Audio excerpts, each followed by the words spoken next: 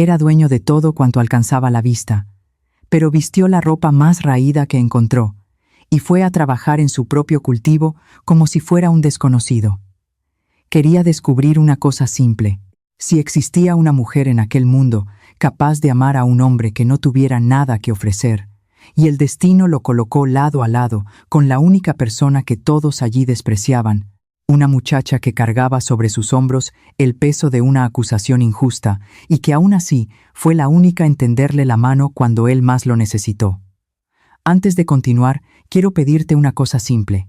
Si aún no te has suscrito al canal Cuentos del Campo, aprovecha ahora y suscríbete. Deja también ese me gusta que fortalece nuestro trabajo y cuéntame en los comentarios de qué rincón de México estás escuchando esta historia. Me alegra mucho saber que estás ahí del otro lado, viviendo cada emoción junto conmigo. Ahora sí, vamos a sumergirnos en esta historia. A finales del siglo XIX, en regiones aisladas de México, historias como esta eran comunes.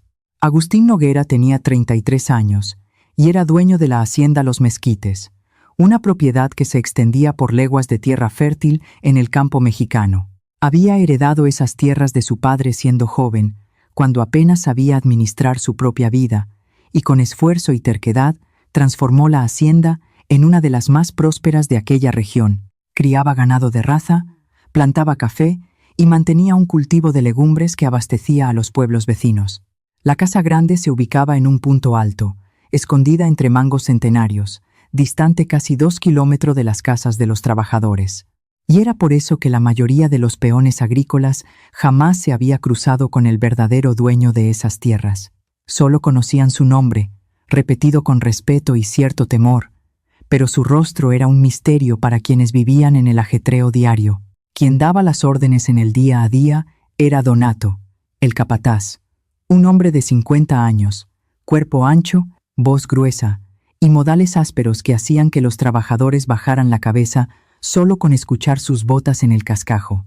Donato comandaba todo con puño cerrado y cuaderno abierto, anotando faltas, distribuyendo castigos y controlando lo que entraba y salía de los depósitos de la hacienda. Era él quien contrataba y despedía a los peones. Y durante años, nadie se atrevió a cuestionar sus decisiones. Agustín confiaba en él por costumbre, por la herencia de una lealtad que venía de los tiempos de su padre. Pero en los últimos meses, algo venía incomodando al hacendado. Las cuentas no cuadraban, los suministros desaparecían, y los relatos que llegaban a la casa grande sobre el trato dado a los trabajadores eran cada vez más sombríos. Pero no era solo la hacienda lo que quitaba el sueño a Agustín en aquellos días. Su hermano mayor, Gaspar, venía presionándolo sin tregua para que aceptara el matrimonio con Custodia, hija del hacendado Eleuterio de las Flores, dueño de tierras vecinas y de una influencia política que interesaba mucho a los negocios de la familia. Gaspar era el administrador oficial de la hacienda. Cuidaba los papeles, los contratos y las alianzas. Y para él, aquel matrimonio era una cuestión práctica, casi matemática. 2 propiedades unidas, 2 apellidos fuertes, una fortuna que se duplicaría. Custodia era bonita, educada en la capital. Sabía tocar el piano y hablar francés. Cualquier hombre de la región habría aceptado aquel arreglo sin dudarlo. Pero Agustín no era cualquier hombre, y cargaba dentro de sí una herida que aún ardía. 2 años antes, Agustín había estado prometido con una muchacha llamada Amelia, hija de hacendados de una comarca lejana. El matrimonio ya estaba fijado, las invitaciones ya habían sido enviadas, y toda la región esperaba la fiesta que prometía ser la más grande de aquel año. Hasta que una noche, semanas antes de la ceremonia, Agustín llegó antes de lo esperado a la casa de sus futuros suegros. Entró por la puerta trasera, como hacía con la intimidad de casi yerno, y oyó la voz de Amelia en el pasillo.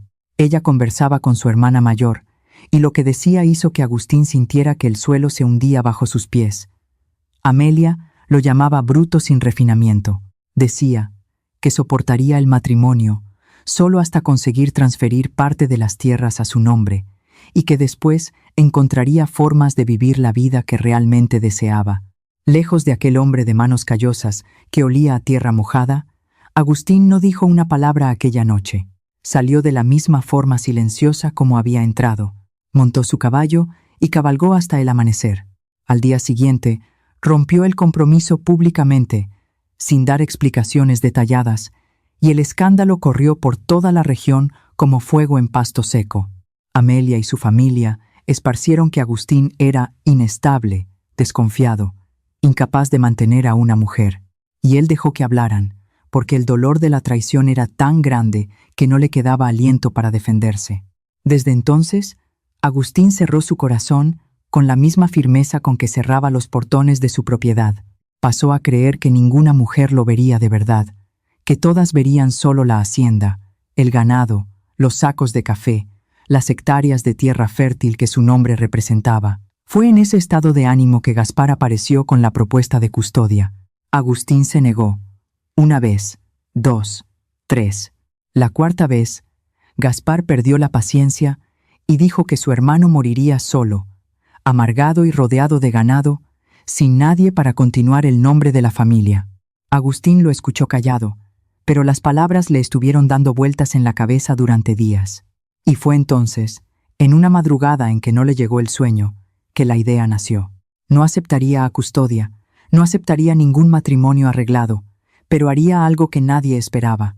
Bajaría hasta las casas de los trabajadores, vestiría ropa de peón, usaría un nombre falso y viviría entre la gente común que trabajaba en sus propias tierras.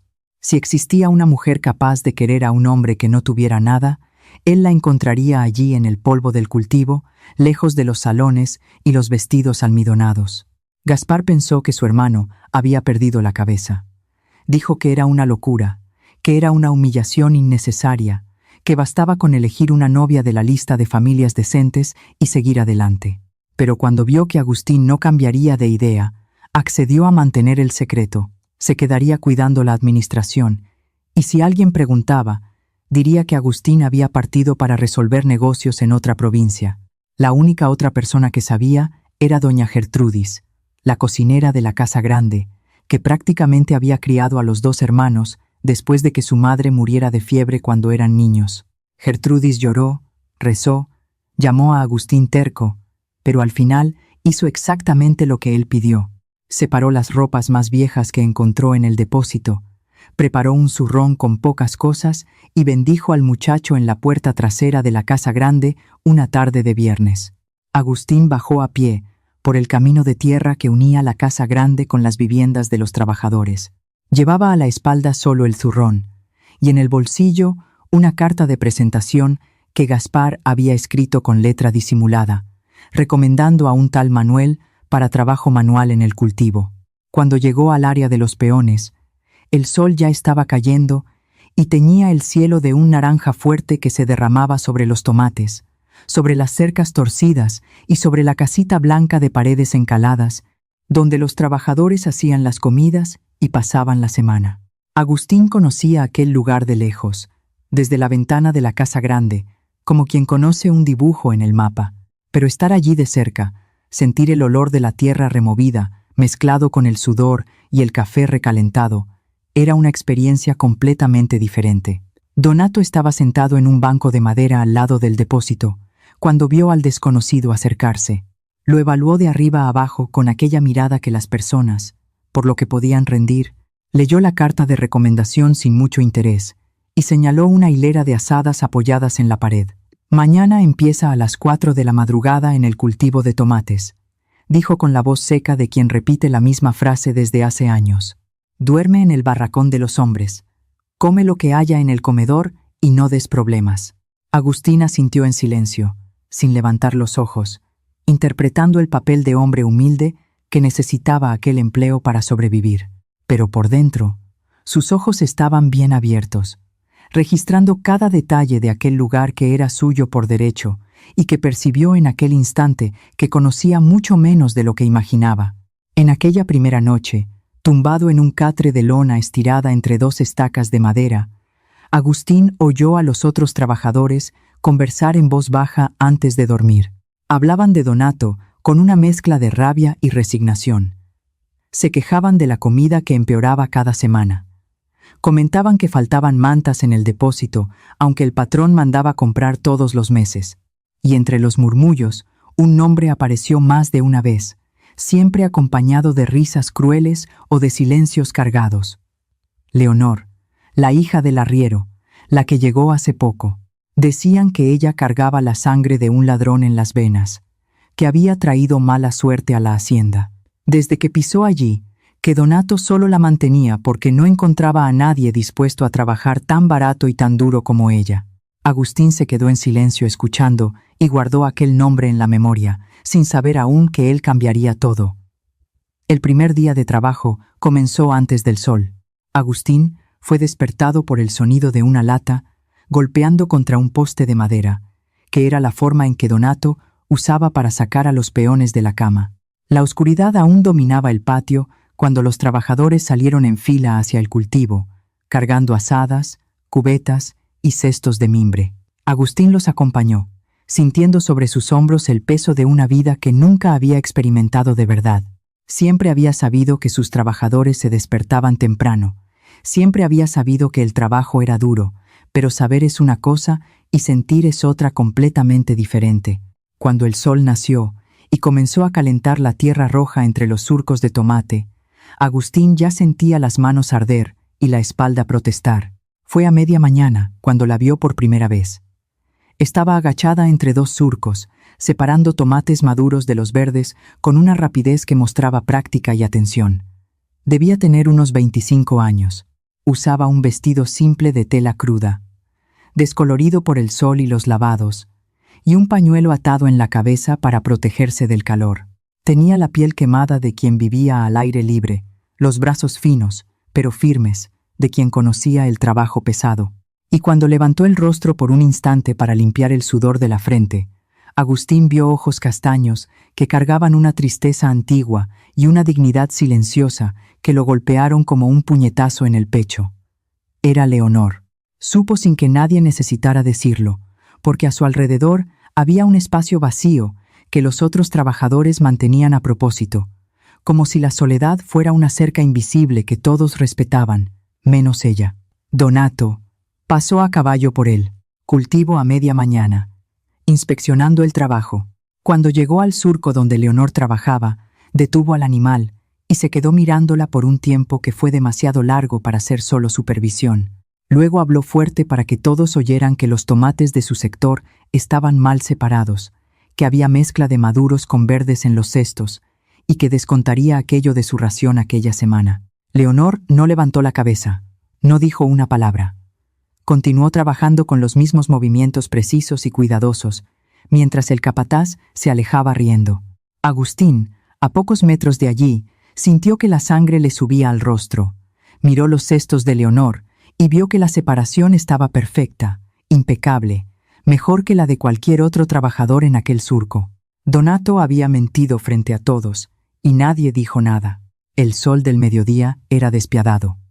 Agustín, poco acostumbrado a aquel nivel de esfuerzo físico continuo, sintió la vista oscurecerse y las piernas flaquear. Se apoyó en la azada, intentando recuperar el aliento, pero el calor era una pared sólida que lo empujaba al suelo. Los otros trabajadores pasaron junto a él sin detenerse, algunos lanzando miradas de indiferencia, otros fingiendo que no veían. Nadie ofreció ayuda, y entonces una mano apareció frente a sus ojos, sosteniendo una taza de peltre llena de agua. Agustín levantó la cabeza y encontró a Leonor de pie a su lado, extendiendo la taza, con una expresión que no era de lástima ni de obligación, sino de algo que él había desaprendido a reconocer. Era simplemente bondad.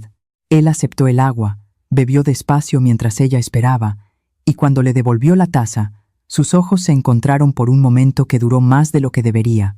Ella asintió con la cabeza, guardó la taza en el bolsillo del delantal y volvió al trabajo sin decir nada, y Agustín se quedó allí, con el sabor de aquella agua simple en la boca y una sensación extraña en el pecho, como si algo que estaba dormido hacía mucho tiempo acabara de abrir los ojos. Lo que Agustín aún no sabía era que Leonor cargaba un secreto sobre su pasado que estaba directamente ligado a aquella hacienda. Y lo que Leonor no podía imaginar era que el hombre a quien acababa de ofrecer agua era el dueño de cada palmo de tierra que ella pisaba. Pero el destino, cuando decide cruzar dos caminos, no avisa ni pide permiso. Las semanas que siguieron cambiaron a Agustín de maneras que él jamás habría previsto. El trabajo manual castigaba su cuerpo de un modo nuevo y humillante para un hombre acostumbrado a dar órdenes desde lo alto de un escritorio. Sus manos, que antes sostenían riendas de cuero fino y plumas, ahora estaban cubiertas de callos y cortes que ardían cada vez que tomaba la azada. Se despertaba antes del sol, con dolores en los hombros y en la espalda. Comía la misma comida rala que los otros peones recibían. Un caldo ralo de frijoles con harina y a veces un trozo de carne seca tan dura que más parecía cuero de silla de montar.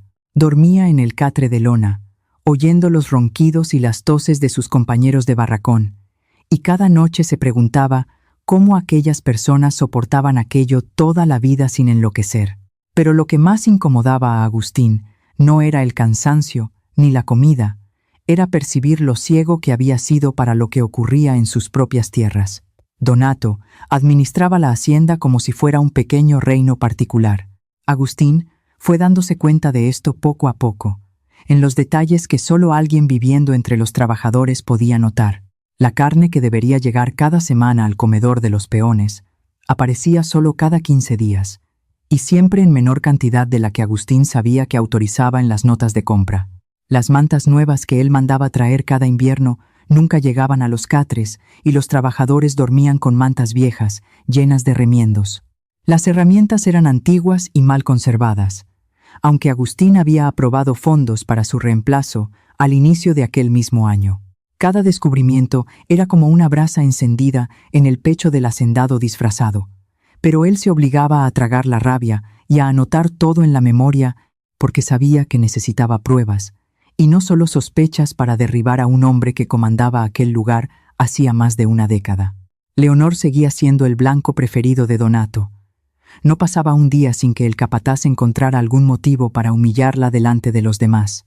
Si llovía y los tomates se empapaban en la planta, era culpa de Leonor, que no cubrió los surcos a tiempo.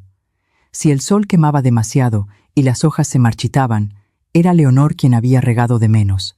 Si un cesto volvía del campo con una fruta rajada en medio de 50 perfectas, Donato levantaba esa fruta en el aire y gritaba su nombre para que todos oyeran. Agustín fue entendiendo que aquella persecución no era solo crueldad gratuita.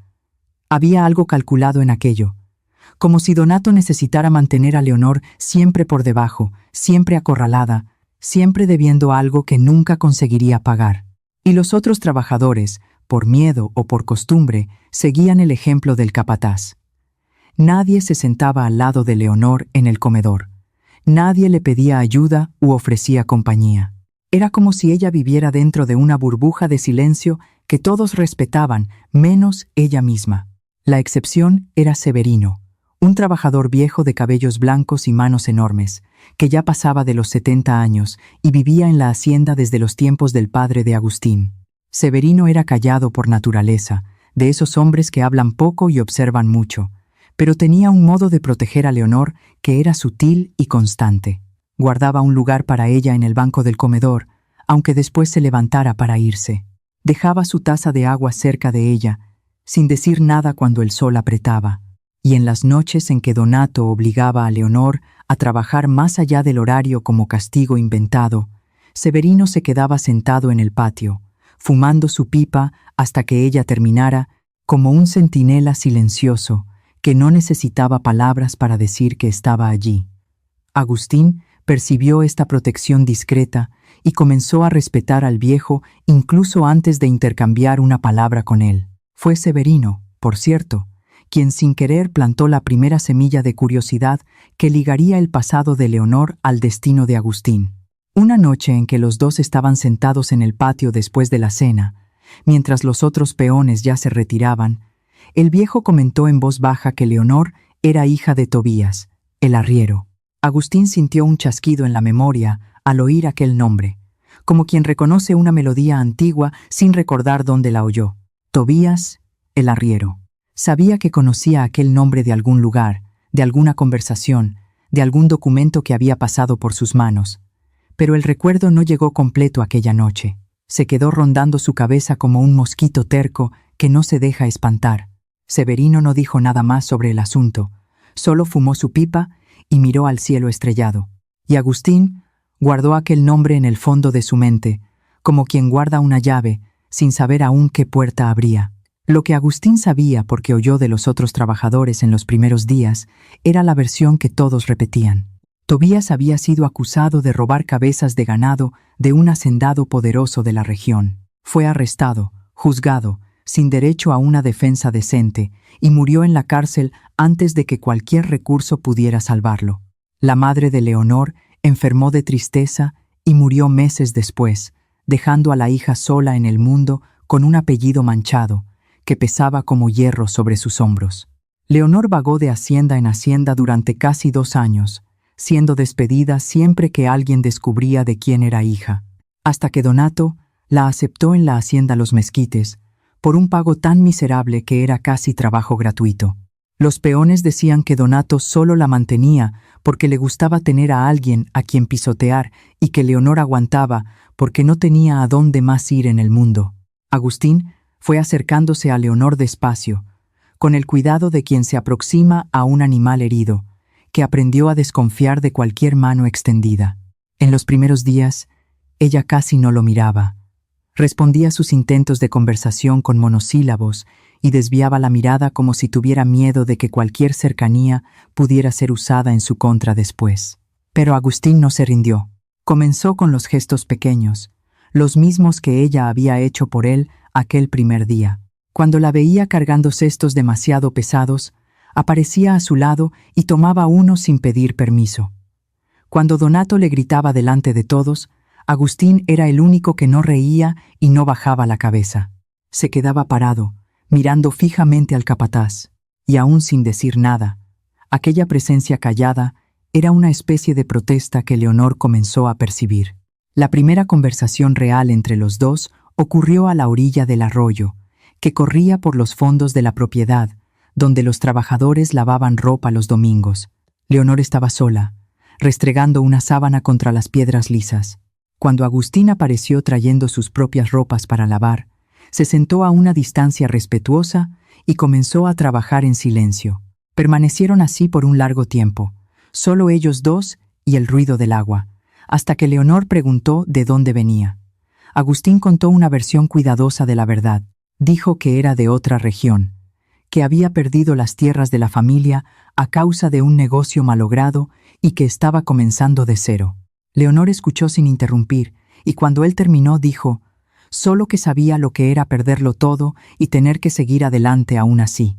No hubo lástima en su voz, ni curiosidad excesiva. Había un reconocimiento simple entre dos personas que conocían el dolor de cerca y no necesitaban explicar demasiado para entenderse. A partir de aquel domingo, los encuentros en el arroyo se convirtieron en un hábito silencioso. Cada semana, sin acordar, los dos aparecían allí a la misma hora y lavaban ropa lado a lado, conversando despacio sobre cosas pequeñas que poco a poco fueron revelando cosas grandes. Leonor contó sobre su padre, sobre cómo era el mejor arriero de aquella región, un hombre honrado que conocía cada sendero y cada atajo del campo, y que trataba a los animales con más cariño que muchos hombres a sus familias. Contó que su padre nunca había robado nada en la vida, que la acusación era una mentira de principio a fin, y que ella lo sabía con la certeza de quien conoce el carácter de alguien, no por lo que dicen, sino por lo que vio con sus propios ojos durante años. Su voz no temblaba de rabia cuando hablaba de eso. Temblaba de una tristeza tan antigua y tan profunda que parecía haber echado raíces dentro de ella.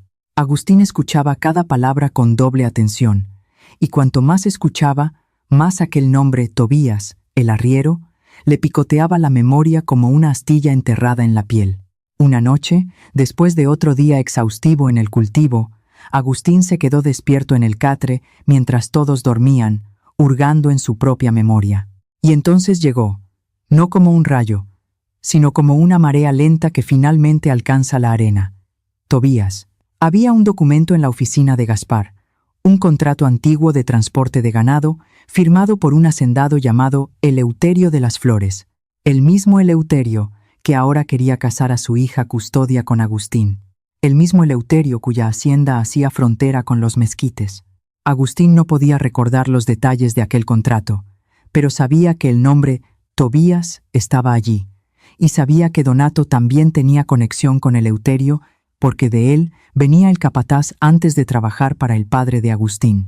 La coincidencia era demasiado grande para ser solo coincidencia, pero Agustín aún no tenía todas las piezas, solo los rincones de un rompecabezas que lo inquietaba cada vez más. Mientras el hacendado disfrazado juntaba pistas sin percibir que montaba algo más grande de lo que imaginaba, el sentimiento entre él y Leonor iba creciendo de aquel modo manso e inevitable de las cosas verdaderas. No había declaraciones ni gestos grandiosos. Había la mano de ella, ajustando el cuello de la camisa de él, cuando la volteaba del revés durante el lavado en el arroyo. Había el modo de él de siempre guardar la fruta más bonita del cesto para dejarla en la orilla del surco donde ella trabajaba. Había las miradas que duraban un segundo más de lo necesario y que decían cosas que ninguno de los dos tenía valor de poner en palabras. Había, sobre todo, el descubrimiento lento y precioso de que existía en el mundo alguien que los entendía sin necesidad de explicación, alguien que veía más allá de la ropa raída y del nombre manchado, y encontraba allí debajo algo que valía la pena. Una tarde, Agustín vio a Leonor salir del cultivo más temprano y seguir en dirección al pasto, donde los caballos quedaban sueltos. La siguió a la distancia y la encontró arrodillada al lado de una yegua vieja que los otros trabajadores habían abandonado en un rincón del cercado porque estaba enferma y cojeaba de una pata trasera. Leonor limpiaba el casco del animal con un paño húmedo, hablándole bajito a la yegua como si conversara con una amiga. Había preparado una mezcla de hierbas que aplicaba en la herida con cuidado y paciencia, y el animal que esquivaba a cualquier otra persona se quedaba quieto bajo sus manos, como si supiera que allí estaba seguro. Agustín se quedó parado detrás de un árbol, observando aquella escena, y sintió algo romperse dentro del pecho, no de tristeza, sino de admiración. Aquella mujer que no tenía nada en el mundo, gastaba el poco tiempo libre que poseía cuidando de un animal que nadie más quería. No hacía aquello para ser vista. No lo hacía por recompensa. Lo hacía porque así era ella. Y en aquel momento, Agustín supo con una claridad que lo asustó que ya no estaba solo curioso o interesado. Estaba comenzando a amar a Leonor de un modo que no sentía desde antes de que Amelia destruyera su capacidad de confiar. Pero aquel sentimiento naciente traía consigo un peso terrible. Agustín sabía que estaba mintiendo a Leonor todos los días, cada vez que ella lo llamaba Manuel, cada vez que él dejaba que ella creyera que era solo otro peón sin rumbo. Estaba construyendo aquel vínculo sobre una base falsa. Y la pregunta que no lo dejaba dormir era siempre la misma. Cuando descubriera la verdad, ¿Leonor lo perdonaría? ¿O vería en él solo a otro hombre poderoso jugando con la vida de los demás? ¿Otra persona que la engañó? ¿Otra traición para sumar a las que ya cargaba? El miedo a esa respuesta era tan grande que Agustín fue posponiendo la revelación día tras día, diciéndose a sí mismo que esperaría el momento adecuado, sabiendo en el fondo que el momento adecuado quizás nunca existiera. Un martes caluroso, en que el aire parecía incendiarse, Donato reunió a todos los trabajadores en el patio después de la cena. Tenía el rostro rojo y los ojos pequeños brillando de aquella manera que los peones ya conocían y temían. Anunció que habían desaparecido 4 cabezas de ganado del pasto norte, que alguien estaba robando en la hacienda y que él descubriría quién era, aunque tuviera que registrar cada rincón de aquella propiedad. Sus ojos recorrieron los rostros de los trabajadores, uno por uno hasta detenerse en Leonor, que estaba de pie al fondo del grupo, sola como siempre. Donato no la acusó directamente aquella noche, pero la mirada que le lanzó dijo todo lo que necesitaba ser dicho sin palabras. Los demás entendieron el mensaje.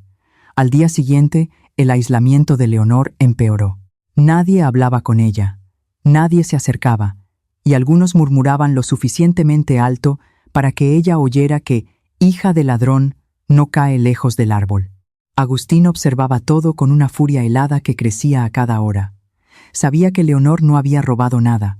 Sabía, por la lógica de las cuentas que no cuadraban y de los suministros que desaparecían, que el verdadero ladrón era Donato. Pero probar eso exigía más que intuición. Necesitaba números, registros, algo concreto que pudiera poner sobre la mesa cuando llegara el momento. Y esa hora, Agustín la sentía en los huesos. Se estaba acercando más rápido de lo que había planeado, porque aquella misma noche, después de que todos se retiraron, Agustín vio por la rendija del barracón algo que le heló la sangre.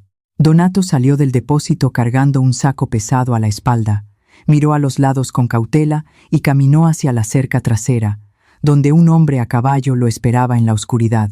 Hubo un intercambio rápido. El saco por algo que Donato se metió en el bolsillo y el jinete desapareció en la noche. Agustín grabó cada detalle de aquello en la memoria y regresó al catre con el corazón martilleando. Ahora lo había visto con sus propios ojos. Pero lo que Donato hizo a continuación lo haría todo mucho más urgente y mucho más peligroso. Aquella semana, Donato dejaría caer la máscara de capataz y mostraría un rostro que Leonor jamás esperaba enfrentar sola. Y Agustín tendría que elegir entre mantener su disfraz o revelar quién realmente era para proteger a la mujer, que sin saberlo, le había devuelto la voluntad de vivir. 3 días pasaron después de que Agustín vio a Donato y al misterioso en la oscuridad. 3 días en que el hacendado disfrazado trabajó en el cultivo con los sentidos en alerta máxima, observando cada movimiento del capataz, cada ida al depósito, cada conversación susurrada que Donato tenía con los capataces de confianza. Y cuanto más observaba, más entendía que el esquema de robo no era algo reciente ni pequeño. Donato había estado desviando herramientas, mantas, sacos de café y hasta cabezas de ganado hacía meses, quizás años, vendiendo todo por fuera y embolsándose la ganancia mientras los trabajadores pasaban hambre y frío con lo que sobraba. El hombre había montado un comercio entero a espaldas de Agustín, usando la distancia entre la casa grande y las viviendas de los peones como escudo, sabiendo que el patrón rara vez bajaba para ver de cerca lo que sucedía en la base de su propia propiedad. Pero Donato era astuto. No robaba de una vez, no dejaba rastros obvios y siempre que alguna falta aparecía en las cuentas, tenía a alguien a quien culpar.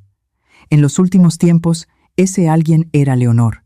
Agustín percibió que la persecución contra ella no era solo crueldad de temperamento, era estrategia. Donato necesitaba un chivo expiatorio permanente, alguien de quien todos ya desconfiaran a causa de la historia de su padre, alguien sin amigos y sin voz para defenderse. Leonor era perfecta para ese papel, y el capataz la usaba con la frialdad de quien mueve piezas en un tablero. Cada humillación pública, cada acusación inventada, cada castigo aplicado, servía para reforzar en la cabeza de los otros trabajadores la idea de que si algo desaparecía en la hacienda, la culpable solo podía ser la hija del arriero ladrón. Y lo peor era que funcionaba. Aquel miércoles, Agustín estaba desmalezando un surco cuando vio a Severino acercarse, con pasos lentos y la pipa apagada entre los dientes, señal de que quería conversar y no solo fumar. El viejo se agachó a su lado, fingiendo examinar las raíces de un tomate, y habló sin mirar a Agustín, manteniendo la voz en un hilo que apenas se oía sobre el viento. Dijo que Leonor estaba en verdadero peligro, que Donato ya no solo la humillaba para mantener las apariencias, que el capataz tenía otros intereses en ella, intereses que no tenían nada que ver con el trabajo y que se hacían más evidentes cada semana.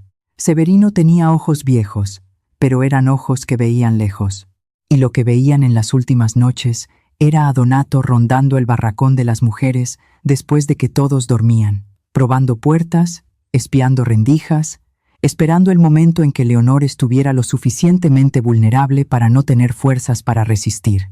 Agustín sintió un frío recorrer su espalda que no tenía nada que ver con el clima. Agradeció a Severino con un discreto asentimiento y pasó el resto de aquel día con la mandíbula apretada de rabia y la mente trabajando a doble velocidad. La situación había cambiado. Ya no era solo una cuestión de reunir pruebas contra un capataz corrupto, era una cuestión de proteger a Leonor de algo mucho peor, y el tiempo se estaba agotando.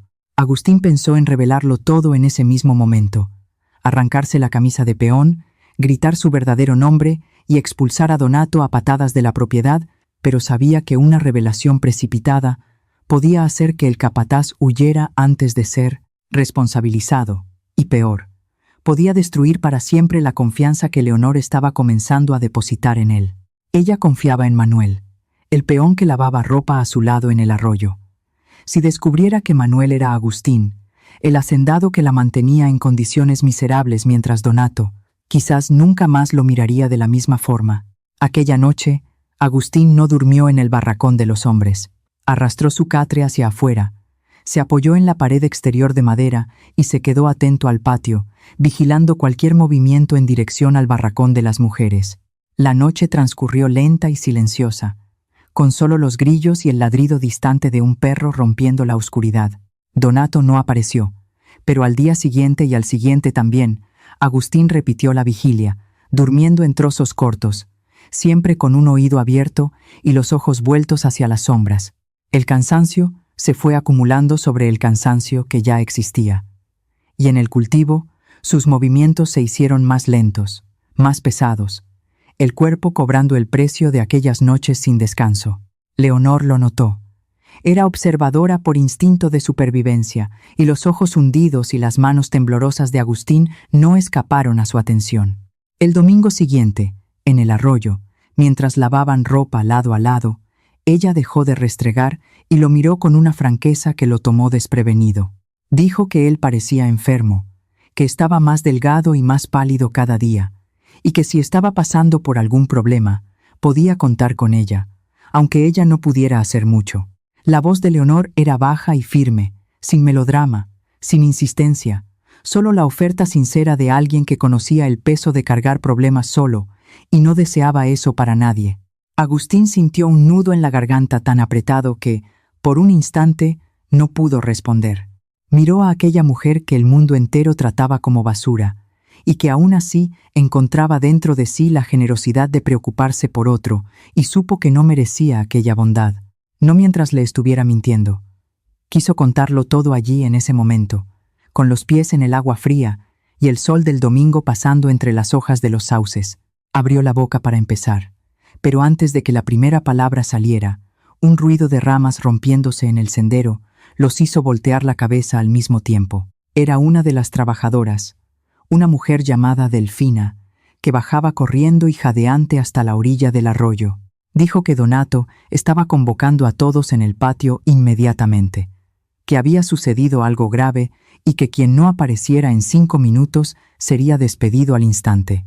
Leonor y Agustín se miraron, soltaron la ropa sobre las piedras y subieron el sendero a toda prisa. Cuando llegaron al patio, los trabajadores ya estaban reunidos en semicírculo delante del depósito. Donato estaba en el centro, con el rostro rojo de quien bebe o de quien escenifica una rabia calculada, y a su lado había 3 sacos de café abiertos y rasgados, derramando granos por el suelo de tierra batida. El capataz esperó que todos estuvieran presentes. Paseó sus ojos por el grupo con aquella lentitud teatral que usaba para intimidar, y entonces apuntó con el dedo directamente a Leonor. Su voz salió alta y gruesa, hecha para humillar. Dijo que había encontrado los sacos escondidos detrás del barracón de las mujeres, que alguien estaba desviando café de la hacienda para venderlo en el pueblo y que las pruebas apuntaban a una persona. Miró a Leonor con una sonrisa que más parecía una amenaza, y dijo que ya había mandado un mensaje al dueño de la hacienda, que el patrón seguramente mandaría llamar a la autoridad policial y que la hija del arriero ladrón iba a terminar en el mismo lugar que su padre. El silencio que se hizo en el patio fue tan espeso que Agustín podía sentir su peso sobre los hombros. Nadie habló, nadie se movió. Los trabajadores miraban al suelo, a los lados, a cualquier lugar que no fuera el rostro de Leonor, porque mirarla significaba tomar partido, y tomar partido contra Donato significaba perder el empleo, el techo y la comida.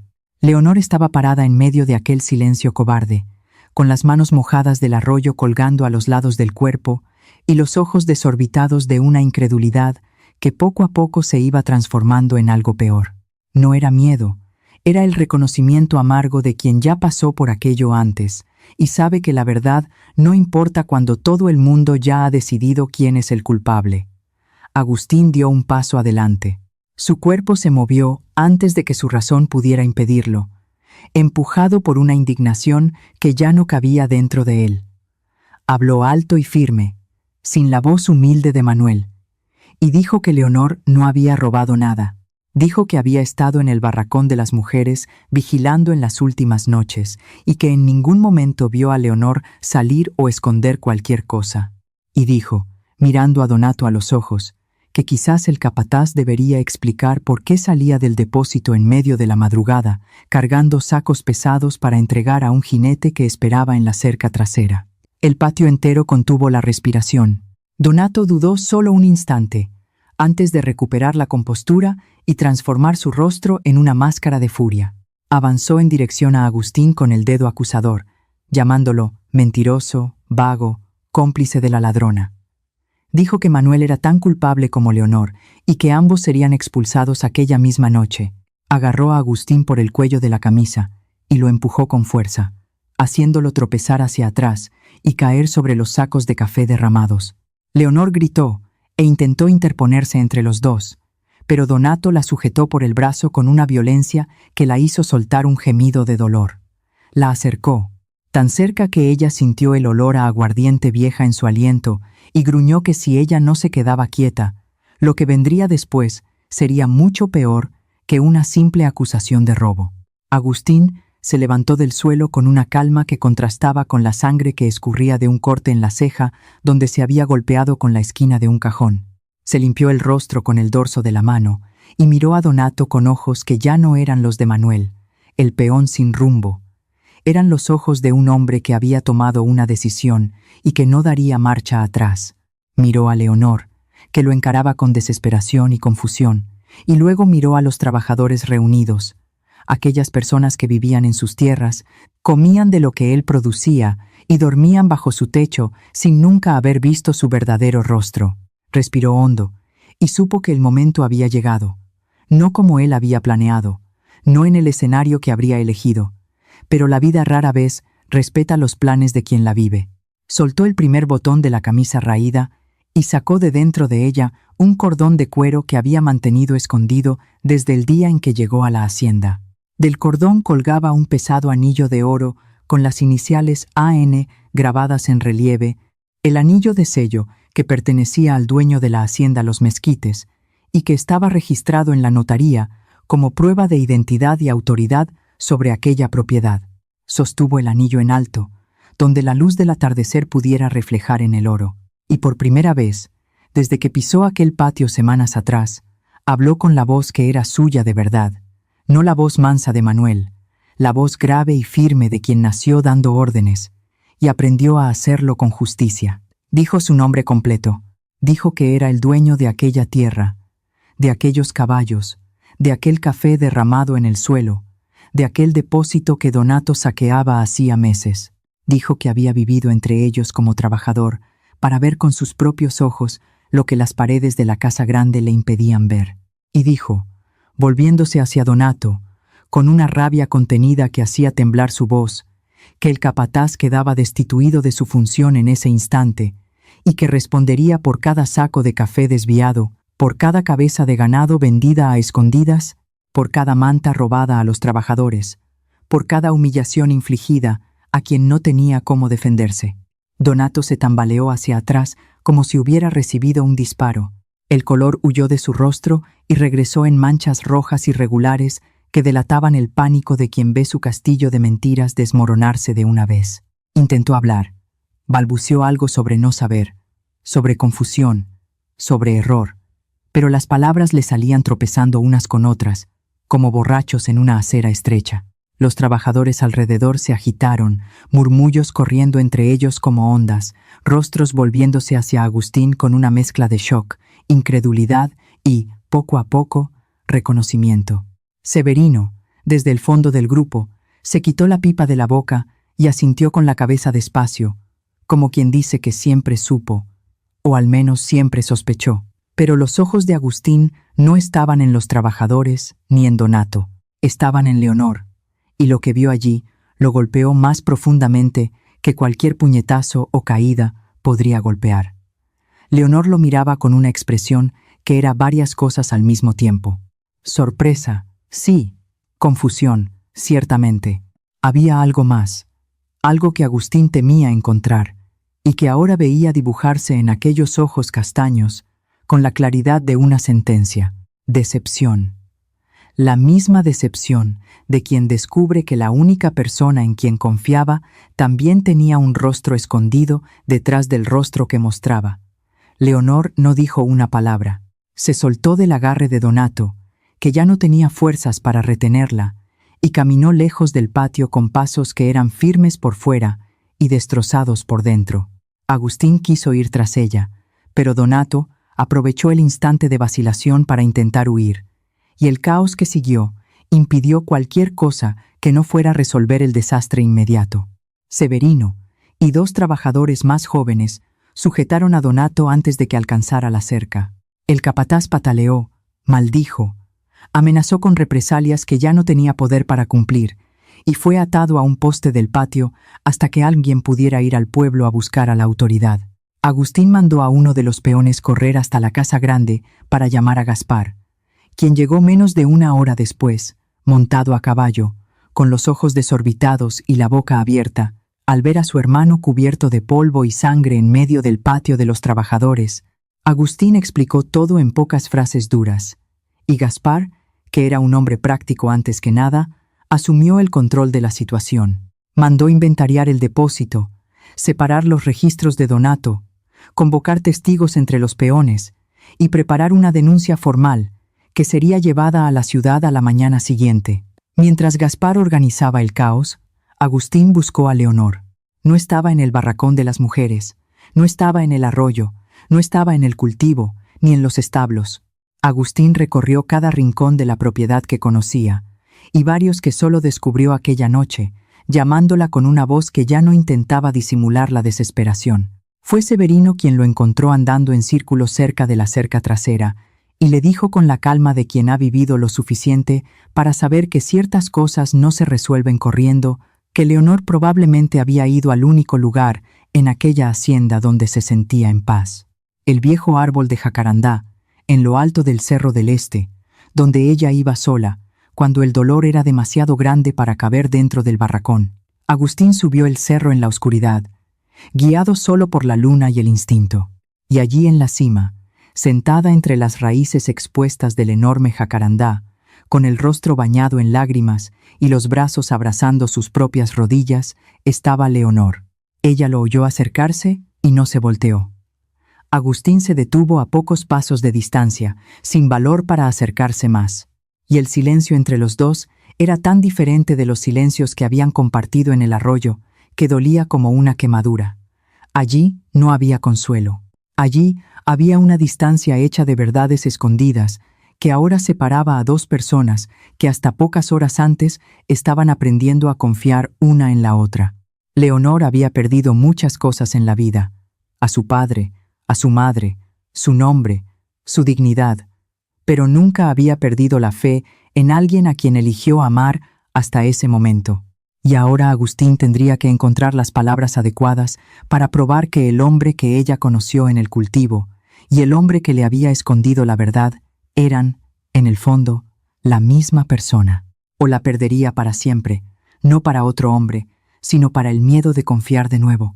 Agustín se quedó de pie allí a pocos pasos de Leonor, con la luna derramando una luz fría sobre los dos, y el viejo jacarandá, sirviendo de testigo mudo para lo que viniera a continuación. No sabía por dónde empezar. Había ensayado discursos en su cabeza durante semanas, frases bonitas sobre intenciones nobles y sobre cómo el disfraz era necesario para encontrar la verdad. Pero ahora, delante de ella, todas aquellas palabras parecían demasiado pequeñas para la magnitud del daño.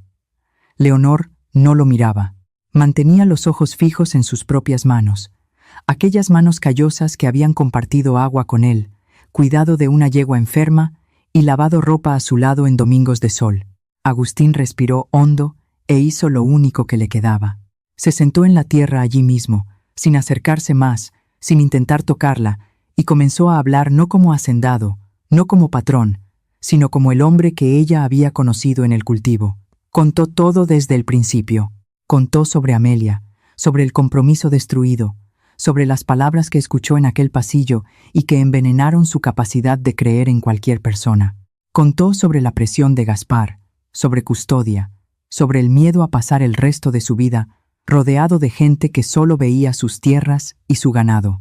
Contó que la idea del disfraz nació de la desesperación y no de la diversión, que no había nada divertido en despertarse antes del sol para desmalezar surcos con las manos en carne viva. Y contó, con la voz quebrándose por primera vez, que en ningún momento del plan original existía la posibilidad de encontrar a alguien como ella.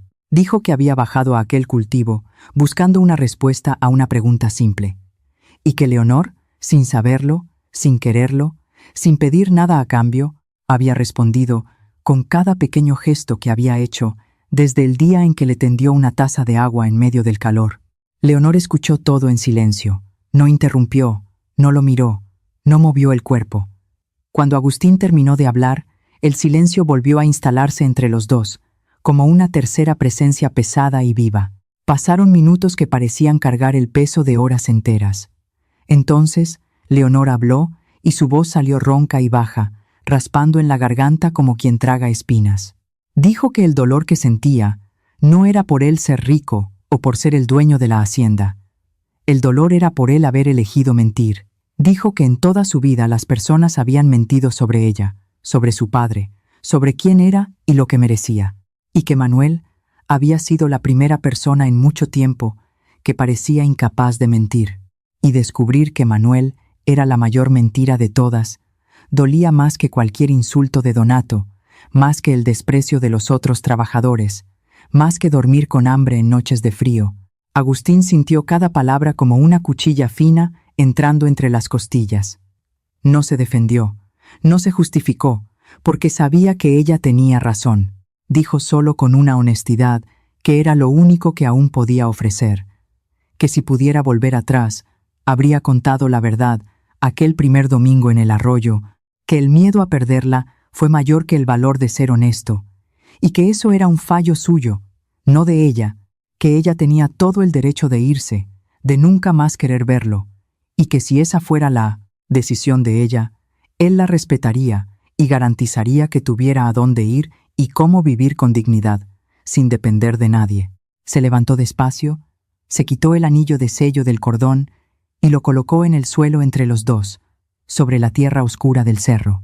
Dijo que aquel anillo era la prueba de quién era él por fuera, pero que todo lo que ella necesitaba saber sobre quién era él por dentro ya lo sabía. Y entonces se volteó y comenzó a bajar el cerro, porque entendió que quedarse allí sería presionar, y Leonor ya había recibido demasiada presión de hombres que querían decidir por ella. Bajó el cerro entero, sin mirar hacia atrás, aunque cada paso le costaba un esfuerzo que no tenía nada que ver con el cuerpo. Cuando llegó al patio, Gaspar lo esperaba con noticias. Donato había sido llevado al pueblo bajo escolta de 2 peones de confianza y quedaría preso hasta el juicio. El inventario del depósito confirmaba desvíos enormes, mucho mayores de lo que Agustín había estimado. Y entre los papeles encontrados en la habitación del capataz, había cartas, recibos y anotaciones que revelaban la extensión completa del esquema. Gaspar extendió un manojo de documentos amarillentos y dijo que Agustín necesitaba leer aquello con atención, porque lo que estaba allí dentro cambiaba muchas cosas. Agustín llevó los papeles a la casita blanca de los trabajadores. Se sentó a la mesa de madera tosca, donde los peones hacían las comidas, y comenzó a leer a la luz de una lámpara de petróleo.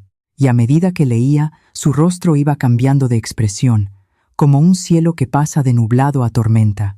Entre los documentos de Donato, había una carta firmada por Eleuterio de las Flores, el hacendado vecino, padre de custodia.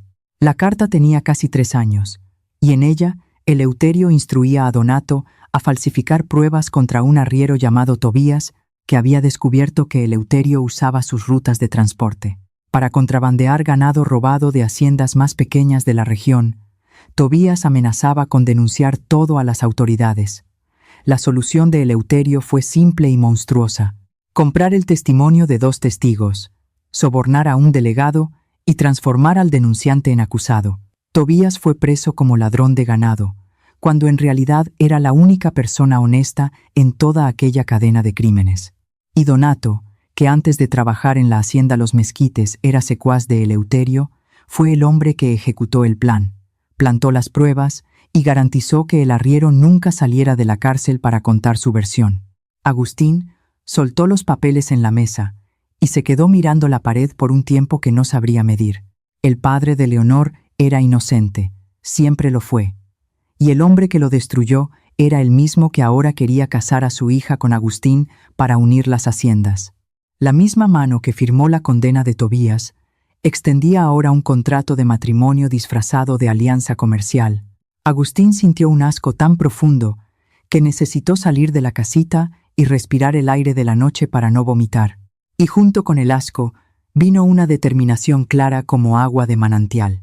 Limpiaría el nombre de Tobías. Llevaría aquellos documentos a las autoridades competentes. Haría que Eleuterio respondiera por cada día que Tobías pasó en la cárcel, por cada lágrima que la madre de Leonor derramó hasta morir de tristeza, por cada humillación que Leonor soportó, cargando un apellido que nunca debería haber sido manchado. La noche avanzó y Agustín no pudo dormir. Se quedó sentado en el patio, releyendo los documentos, anotando nombres y fechas, preparando en su cabeza lo que necesitaría hacer en los días siguientes. Cuando el cielo comenzó a clarear en los bordes del horizonte, pintando las nubes de un rosa pálido que anunciaba el amanecer, oyó pasos en la tierra detrás de él. Se volteó y encontró a Leonor de pie a pocos metros, con el vestido arrugado de quien tampoco durmió, los ojos hinchados y rojos, y, en la mano derecha, colgando del cordón de cuero, el anillo de sello que él había dejado en el cerro. Ella no dijo nada por un largo momento. Solo se quedó allí mirándolo con aquellos ojos castaños que cargaban cansancio, dolor y algo más que Agustín no se atrevía a nombrar por miedo a estar viendo lo que quería ver y no lo que realmente existía. Leonor se sentó a su lado en el banco de madera, colocó el anillo entre los dos, de la misma forma que él había hecho en el cerro, y habló, mirando hacia adelante, hacia el horizonte que iba naciendo. Dijo que había pasado la noche entera pensando, repasando cada momento desde el día en que Manuel apareció en la hacienda, cada conversación en el arroyo, cada gesto en el cultivo, cada mirada que duró un segundo más. Y dijo que, por más que intentara, no conseguía encontrar mentira en aquellos momentos. El hombre que dividió agua con ella, que cargó sus cestos, que enfrentó a Donato en el patio, que se quedó despierto noches seguidas vigilando el barracón de las mujeres, sin que ella lo supiera. Aquel hombre era real, el nombre era falso, las ropas eran disfraz, pero las manos que ayudaron y los ojos que vieron cuando nadie más veía, esos eran verdaderos. Y era en eso que ella elegía creer, porque si dejaba que el miedo a ser engañada destruyera la única cosa buena que la vida había puesto en su camino, entonces los Donatos y los Eleuterios del mundo habrían vencido por completo. Agustín escuchó cada palabra sin respirar. Cuando Leonor terminó, él extendió la mano despacio, con la palma hacia arriba, abierta, sin imponer nada, solo ofreciendo. Leonor miró aquella mano por un instante que contenía dentro de sí toda la historia de los dos. La taza de agua, las ropas lavadas en el arroyo, el silencio compartido, el dolor revelado, la mentira descubierta, el perdón que costaba más que cualquier deuda de hacienda. Y entonces colocó su mano sobre la de él. No fue un gesto grandioso, fue un gesto pequeño e inmenso al mismo tiempo, como todas las cosas verdaderas suelen ser.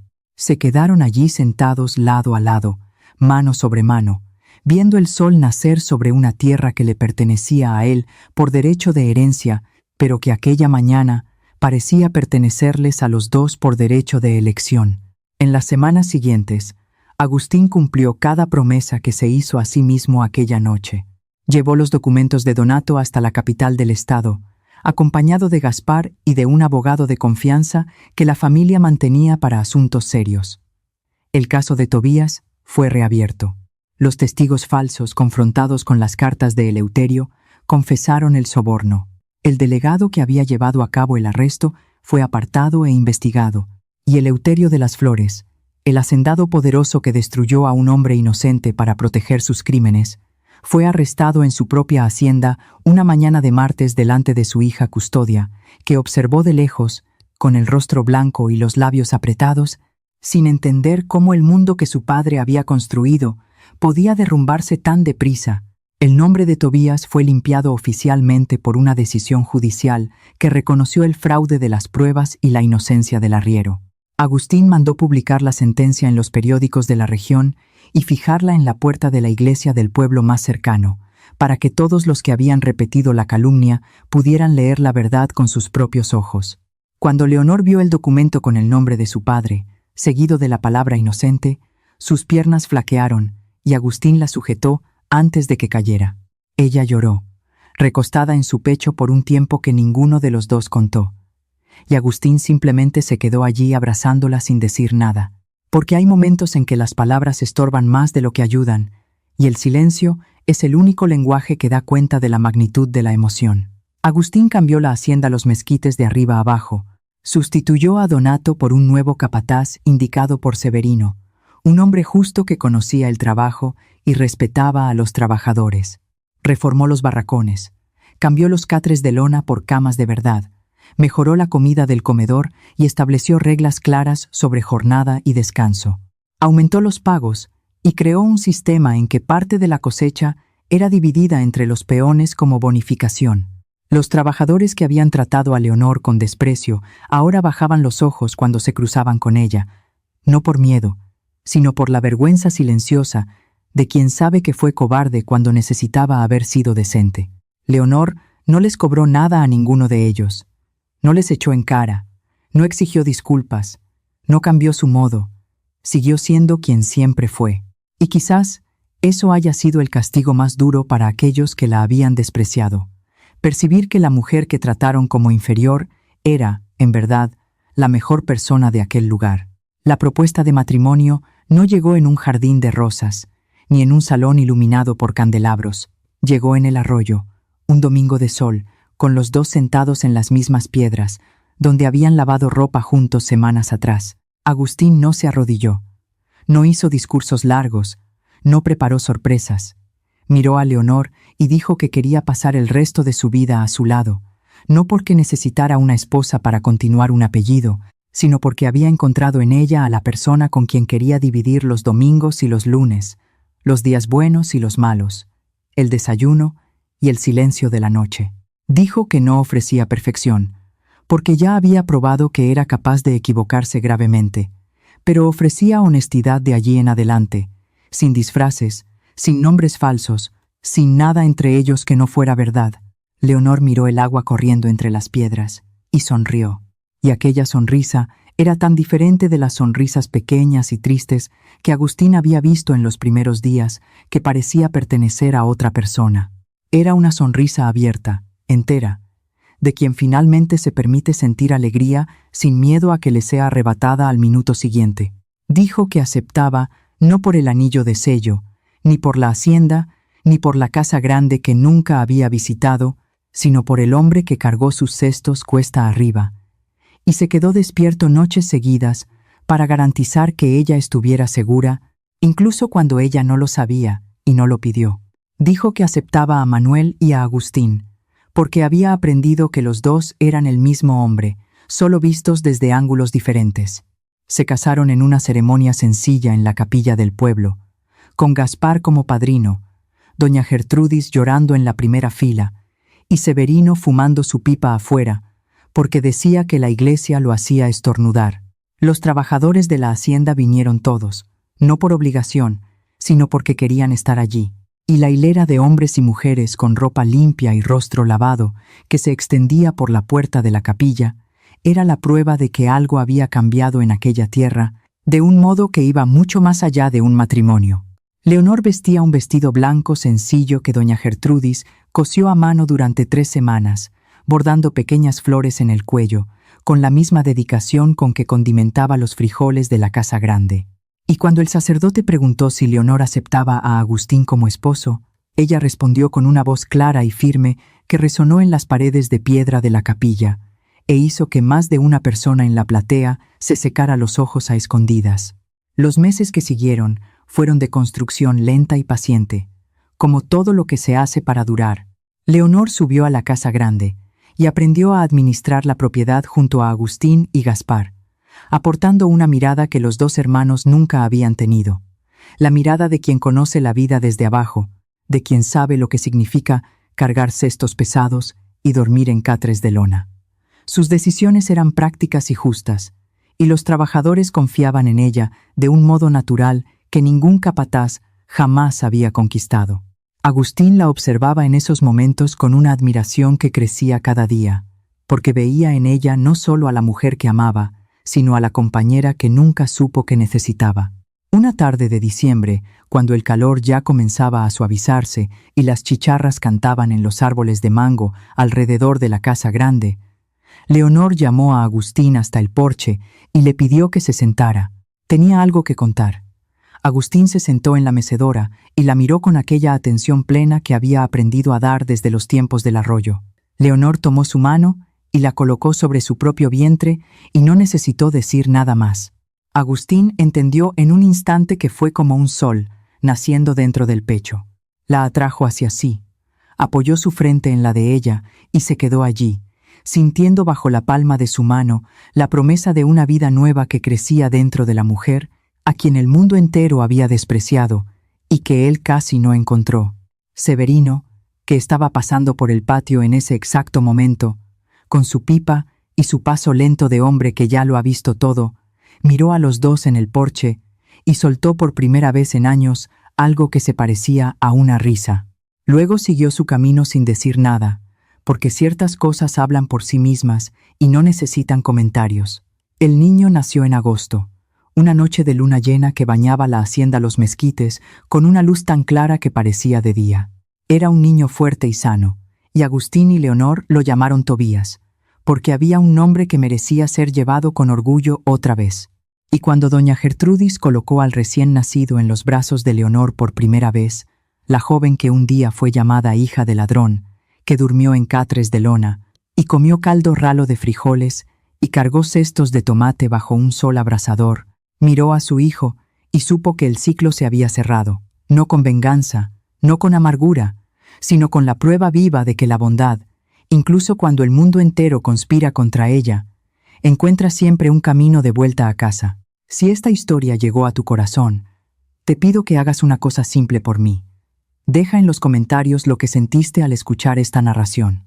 A veces, una palabra escrita por un desconocido es exactamente lo que otra persona al otro lado de la pantalla necesitaba leer en ese día. Si aún no te has suscrito al canal Cuentos del Campo, aprovecha ahora y suscríbete. Activa la campanita para ser avisado cada vez que una nueva historia sea publicada. Y comparte este video con alguien que necesite recordar que el amor verdadero no se impresiona con apariencias. Él reconoce lo que existe de genuino dentro de cada uno de nosotros. Gracias por haberte quedado conmigo hasta aquí. Tu compañía es lo que hace que cada historia valga la pena. Hasta la próxima, M.